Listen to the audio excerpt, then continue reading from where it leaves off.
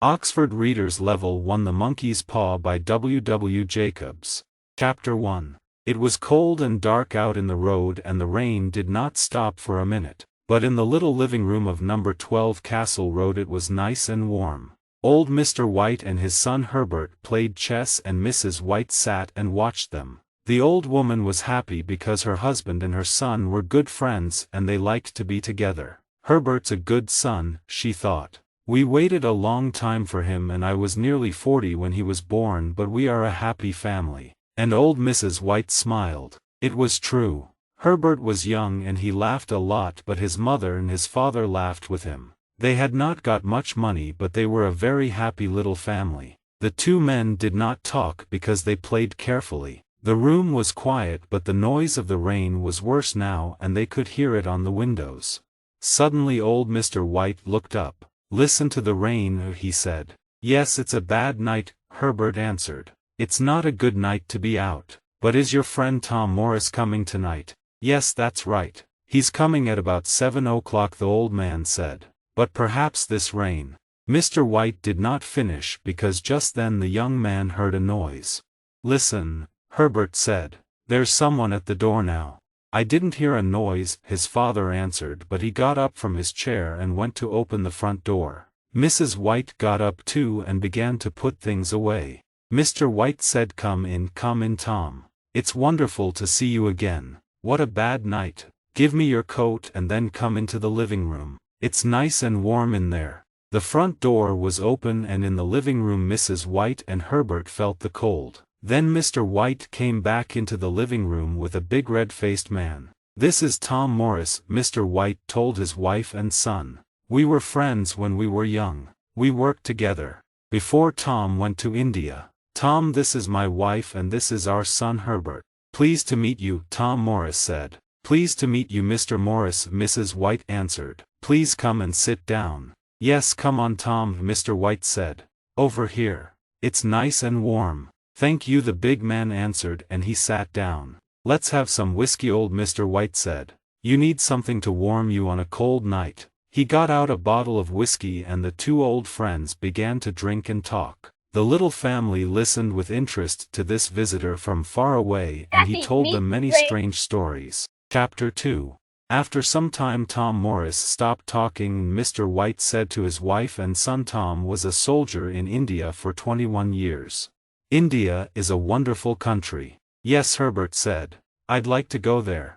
"Oh, Herbert," his mother cried. She was afraid because she did not want to lose her son. "I wanted to go to India too," her husband said, "but—" "It's better for you here," the soldier said quickly. "But you saw a lot of strange and wonderful things in India that I want to see them too one day," Mr. White said. The soldier put down his whiskey. "No," he cried. "Stay here." Old Mr. White did not stop. "But your stories were interesting," he said to Tom Morris. "What did you begin to say about a monkey's paw?" "Nothing," Morris answered quickly. "Well, nothing important." "A monkey's paw," Mrs. White said. "Come on, Mr. Morris.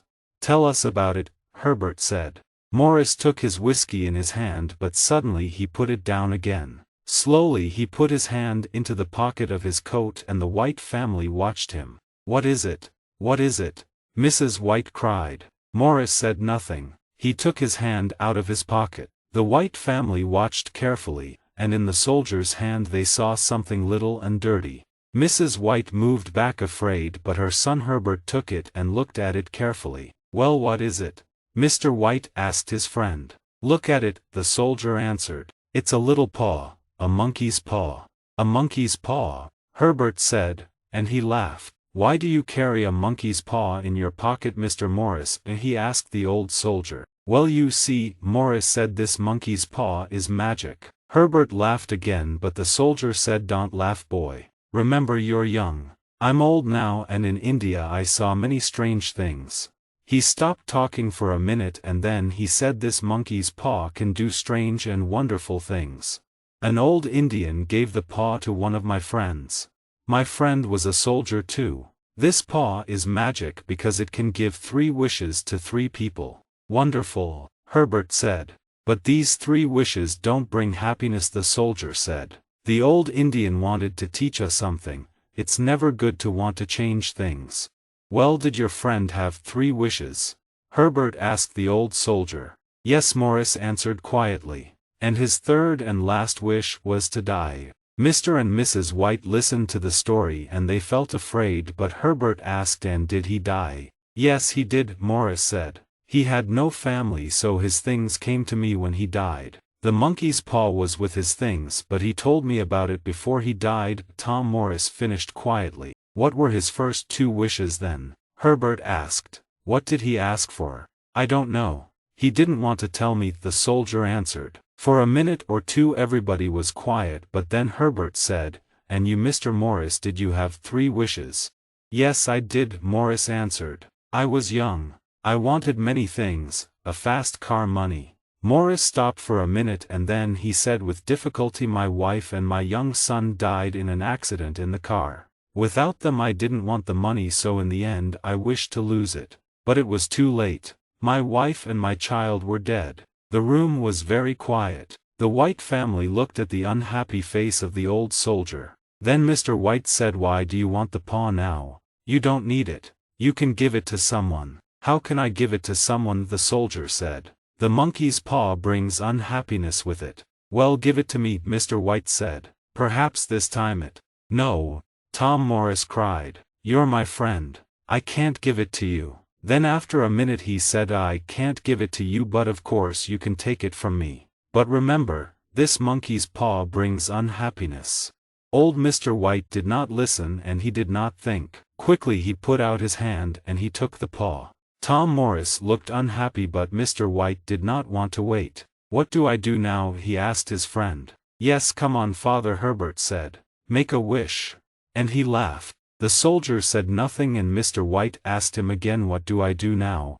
At first the old soldier did not answer, but in the end he said quietly, okay. But remember, be careful, think before you make your wish. Yes, yes, Mr. White said. Take the paw in your right hand and then make your wish, but, Tom Morris began. Yes, we know, Herbert said. Be careful. Just then old Mrs. White stood up and she began to get the dinner. Her husband looked at her. Then he smiled and said to her, come on, help me. What can I wish for? We need money, of course. Mrs. White laughed, but she thought for a minute and then she said, well, I'm getting old now and sometimes it's difficult to do everything. Perhaps I need 4 hands and not 2. Yes, ask the paw to give me 2 more hands. Okay then, her husband said, and he took the monkey's paw in his right hand. Everybody watched him and for a minute he waited. Then he opened his mouth to make his wish. Suddenly Tom Morris stood up. Don't do it, he cried. The old soldier's face was white. Herbert and his mother laughed, but Mr. White looked at Tom's face. Old Mr. White was afraid and he put the monkey's paw into his pocket. After a minute or 2 they sat down at the table and began to have dinner. The soldier told the family many strange and wonderful stories about India. They forgot the monkey's paw, and because the soldier's stories were interesting they asked him many questions about India. When Tom Morris stood up to leave it was very late. Thank you for a very nice evening, Morris said to the family. And thank you for a very good dinner, he said to Mrs. White. It was a wonderful evening for us, Tom, old Mr. White answered. Your stories were very interesting. Our life isn't very exciting and we don't have the money to visit India, so please come again soon. You can tell us some more stories about India. Then the old soldier put on his coat. He said goodbye to the White family and went out into the rain. Chapter 3. It was nearly midnight. In their warm living room the 2 old people and their son sat and talked about the soldier's stories. India is a wonderful country, Mr. White said. What exciting stories. It was a good evening. Mrs. White stood up to take some things into the kitchen, but she stopped and listened to Herbert and his father. Yes, Herbert said. Morris told some interesting stories, but of course some of them weren't true. Oh, Herbert, Mrs. White said. Well, mother, that story about the monkey's paw wasn't true. A dirty little monkey's paw isn't magic. But it was a good story. And Herbert smiled. Well, I think you're right, Herbert, his mother said. I don't know, Mr. White said quietly. Perhaps the story was true. Strange things can happen sometimes. Mrs. White looked at her husband. "Did you give some money to Tom Morris for that paw?" she asked. "We don't have money to give away for nothing." Mrs. White was angry now. "Well, yes," her husband answered. "I did, but not much, and at first he didn't want to take it. He wanted the monkey's paw." "Well, he can't have it," Herbert laughed. "It's our paw now and we're going to be rich and happy. Come on, father. Make a wish." Old Mr. White took the paw from his pocket. "Okay, Herbert, but what am I going to ask for? I have everything, your mother. What do I need?" "Money, of course," Herbert answered quickly. "We need money. You're always thinking about money. That's because we haven't got very much of it. With money you can pay for this house that it can be your house. Go on, father, wish for £30,000. Herbert stopped talking and his old father thought for a minute. The room was quiet and they could hear the rain on the windows. Then Mr. White took the monkey's paw in his right hand. He was afraid, but he looked at his wife and she smiled at him. "Go on," she said. Slowly and carefully Mr. White said, "I wish for £30,000. Suddenly he gave a cry and Mrs. White and Herbert ran to him. "What's the matter, father?" Herbert asked. "It moved," Mr. White cried. "The monkey's paw, it moved." They looked at the paw. It was now on the floor and not in the old man's hand. The family watched it and they waited, but it did not move again. So the little family sat down again and they waited. Nothing happened. The noise of the rain on the windows was worse now and their little living room did not feel nice and warm. Mrs. White said, "It's cold, let's go to bed." Mr. White did not answer and in the end Herbert said, "Well, there's no money, father. Your friend's story wasn't true." But Mr. White did not answer. He sat quietly and said nothing. After some time Mrs. White said to her husband, "Are you okay?" "Yes, yes," the old man answered, "but for a minute or two I was afraid." "Well, we needed that money," Mrs. White said, "but we aren't going to get it. I'm tired. I'm going to bed." After Mrs. White went to bed the two men sat and smoked for some time. Then Herbert said, "Well, father, I'm going to bed too. Perhaps the money is in a bag under your bed. Good night, father." And Herbert laughed and went out of the room. Old Mr. White sat in the cold living room for a long time. The candle died and it was dark. Suddenly the old man saw a face at the window. Quickly he looked again, but there was nothing there. He felt afraid. Slowly he stood up and left the cold dark room. Chapter 4. The next morning the winter sun came through the window and the house felt nice and warm again. Mr. White felt better and he smiled at his wife and son. The family sat down to have breakfast and they began to talk about the day. The monkey's paw was on a little table near the window, but nobody looked at it and nobody thought about it. "I'm going to the shops this morning," Mrs. White said. "I want to get something nice for dinner. Are you going to come with me?" she asked her husband. "No, I'm going to have a quiet morning. I'm going to read," her husband answered. "Well, I'm not going to go out this evening," Herbert said, "so we can go to bed early tonight. We were very late last night. And we aren't going to have stories about monkey's paws," Mrs. White said.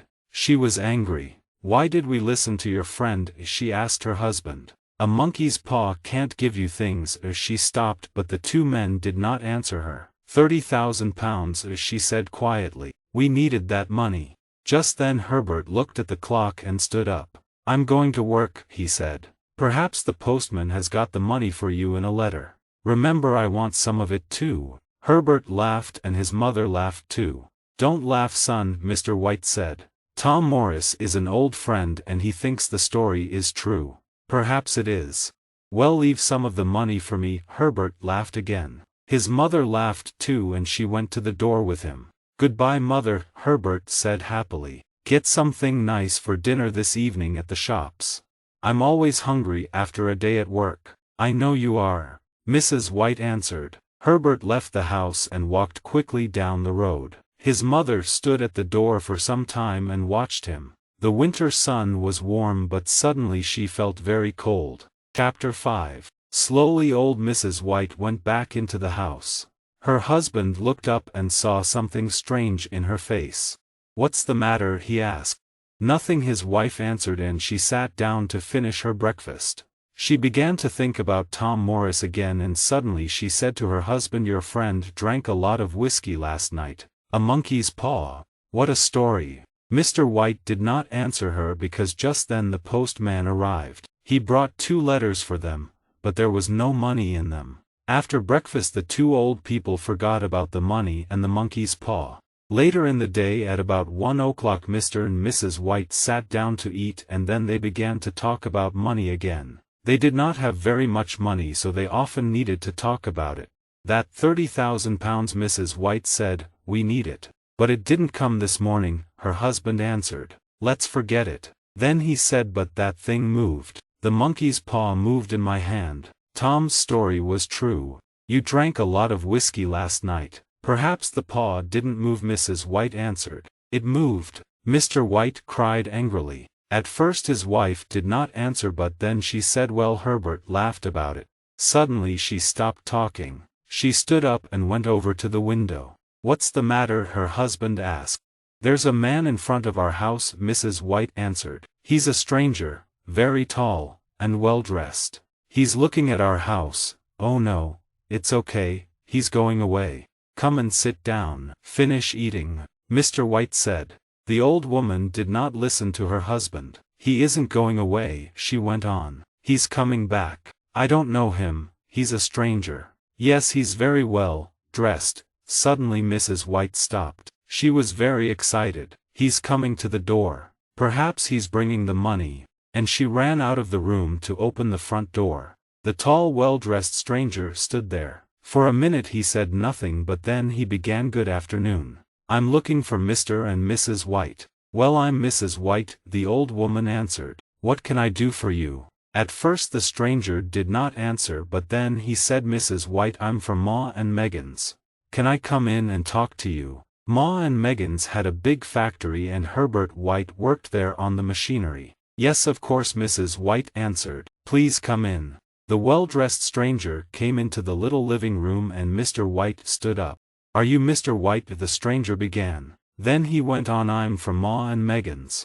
Mrs. White looked at the stranger and she thought perhaps he has the money, but why Ma and Megan's? And his face is very unhappy. Why? Suddenly the old woman was afraid. Please sit down, Mr. White began, but now his wife could not wait. What's the matter? She cried. Is Herbert? She could not finish the question. The stranger did not look at their faces, and Mr. White began to be afraid too. Please tell us, he said. I'm very sorry, the man from Ma and Megan's began. He stopped for a minute and then he began again. I'm very sorry, but this morning there was an accident at the factory. What's the matter? Is Herbert okay? Mrs. White cried again. Well, the man began slowly. Is he in hospital? The old woman asked, very afraid now. Yes, but... The stranger looked at Mrs. White's face and stopped. Is he dead? Is Herbert dead? Mr. White asked quietly. Dead? Mrs. White cried. Oh no, please, not dead. Not Herbert. Not our son. Suddenly the old woman stopped because she saw the stranger's face. Then the 2 old people knew. Their son was dead. Old Mrs. White began to cry quietly and Mr. White put his arm round her. Some time later the man from Ma and Megan said, it was the machinery, an accident. Herbert called, help. The men heard him, and ran to him quickly but they could do nothing. The next minute he was in the machinery. I'm very, very sorry, he finished.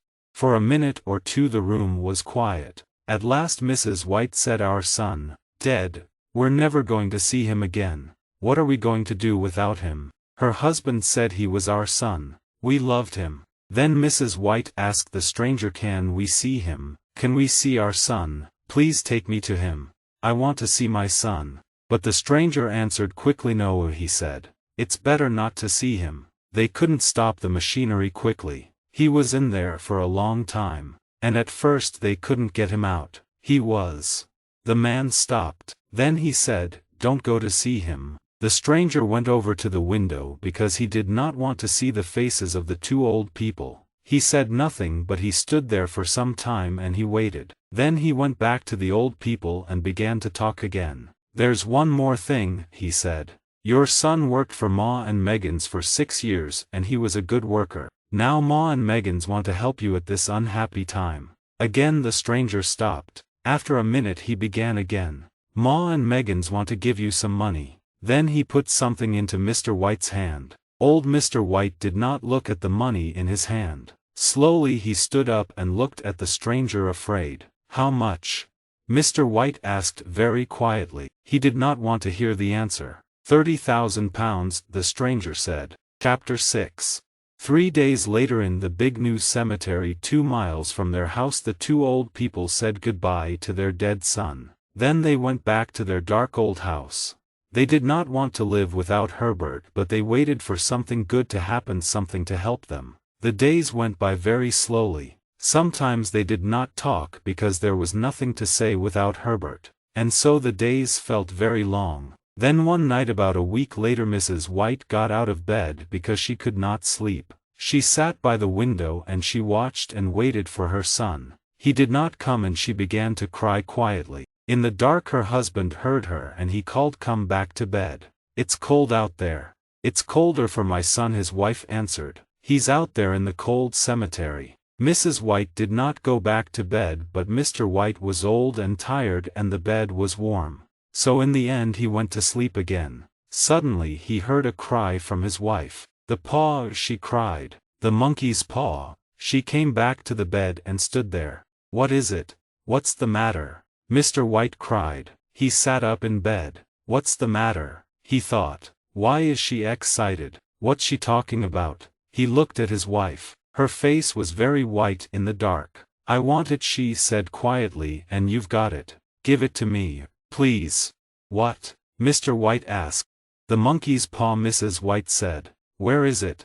"It's downstairs," Mr. White answered. "Why?" Mrs. White began to laugh and cry. "We can have 2 more wishes," she cried. "We had 1, but there are 2 more." "Oh no.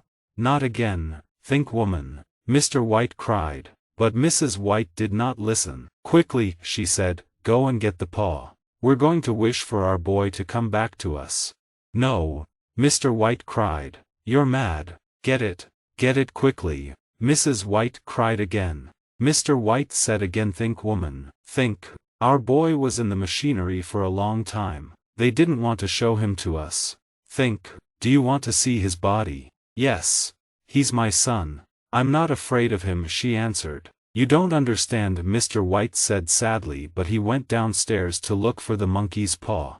In the living room it was dark and Mr. White did not have a candle. Slowly he went across the room and he put out his hand for the monkey's paw. He touched it and quickly took his hand away again. "No," he thought. "I can't. I don't want to see Herbert. His face, after he was in the machinery, no." Then he thought about his wife, and he put out his hand and took the paw. In the bedroom his wife waited. She saw the paw in Mr. White's hand and cried, "Quick, make the wish." "I can't," Mr. White answered. "Remember, he died in the machinery. Make the wish." "I'm not afraid of my own son," Mrs. White cried again. Mr. White looked sadly at his wife, but he took the paw in his right hand and said slowly, "I wish for my son Herbert to come back to us."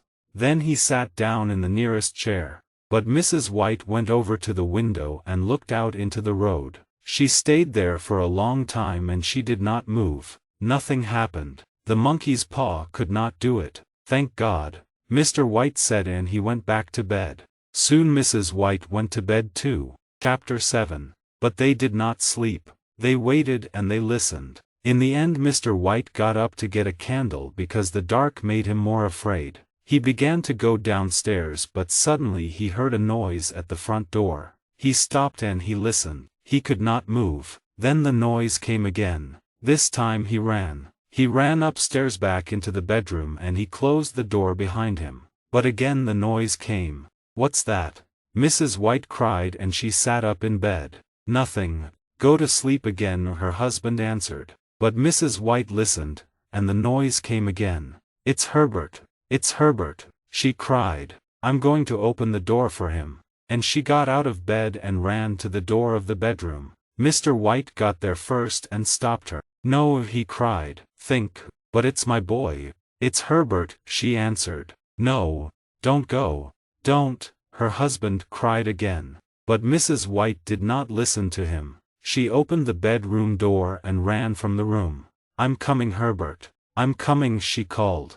Mr. White ran after her. Stop, he cried. Remember, Herbert died in the machinery. You don't want to see him. For a minute Mrs. White stopped and looked at her husband, but then the noise came again and she began to run downstairs. Help me, she called to her husband. But Mr. White did not move. The paw, he thought. Where's the monkey's paw?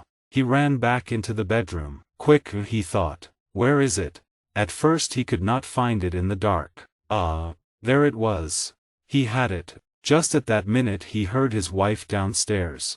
Wait, Herbert. I'm coming, she cried. She began to open the front door. At the same time Mr. White took the monkey's paw in his right hand and he made his third wish. Mrs. White gave a long unhappy cry and her husband ran down to her. She stood by the open door. Very afraid, old Mr. White looked out into the dark. The road was dark and quiet, and there was nobody there.